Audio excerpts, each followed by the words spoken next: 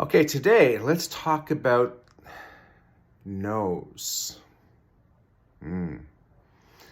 First of all, I'll tell you this.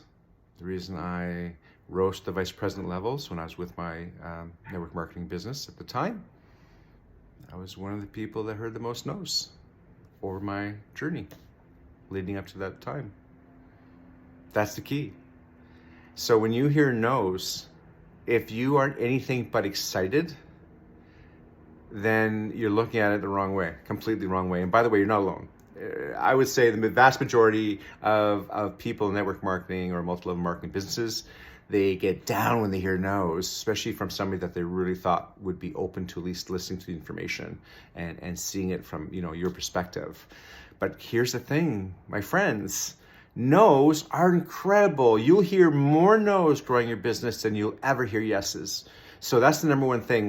I want you to be completely realistic with yourself and understand that if you truly want to build the level of success and for yourself and in your or your family, etc., and make a difference in the lives of others, you must be prepared to hear a lot of no's. But that's no different than anything in life. I mean, if you look at a coffee shop, how many, cars, hundreds of cars are going by just in the morning past that coffee shop, and how many actually pull into the coffee shop?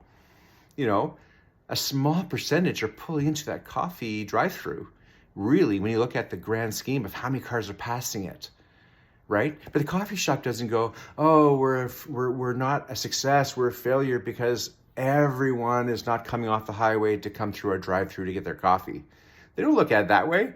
They're being very successful with the actual people that are interested in getting a coffee. There's more than enough people coming into that drive-through to satisfy that business's needs and goals, right? And of course, they're going to still do advertising and try to get a few more. But they're not looking at all the cars passing. They're too busy dealing with the cars that said yes. That's you. Now, the difference is you don't have a physical business on the side of the road so that when people pass, they can then make their own determination just on their own to walk in and take a look at your product and service or to talk to you about joining your team as a business builder. You don't have the physical location that a coffee shop does, but the principle is exactly the same. So here's the thing. Get out there, say hi, just live your life. In another video, I'll talk about how to actually talk to people when you're out and about living your life. Again, do not go out there with the mindset of you're looking for people to join your business. No, because you're going to be making them feel like they were, like they're being hunted in some way, right? You want to be a fisher person. You want to be fishing. You want to be just looking, when you want to be looking for people that really resonate with you for whatever reason, whether they're friendly, they're nice, they seem, authentic, those type of things, which I'll talk about in another video. But going back to the no's, you want to be really successful, then here's the question I'd ask you to pose to yourself. How many no's have you heard in the last 5 days? If you can count the amount of no's you've heard, you're not enough activity. You have to hear a lot of no's to find those pearl yeses. And by the way, the no's, it just means not right now. What you're sharing with me right now, it just isn't resonating with me, but doesn't mean it won't ever in the future. So remember that a no is simply you're planting a seed that may or may not grow down the road, right? I love Jim Rohn. I quote him all the time.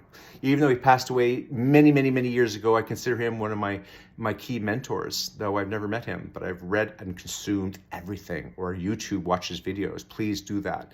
But he talks about a farmer going into the field and sowing his seeds with his tractor. When he finishes sowing the massive field, he doesn't jump off his tractor and go take a look and see, why aren't the seeds growing? Why don't I have a field of corn? They know it's going to take time, nourishing, sunlight, the right weather conditions, soil, all of that. They simply sow the seeds, then they go to the next field and keep sowing. They trust that by doing all the right things and nourishing, that some of those seeds will grow quickly and others may down the road and others won't. They'll get picked off by birds. They'll be blown away by the wind.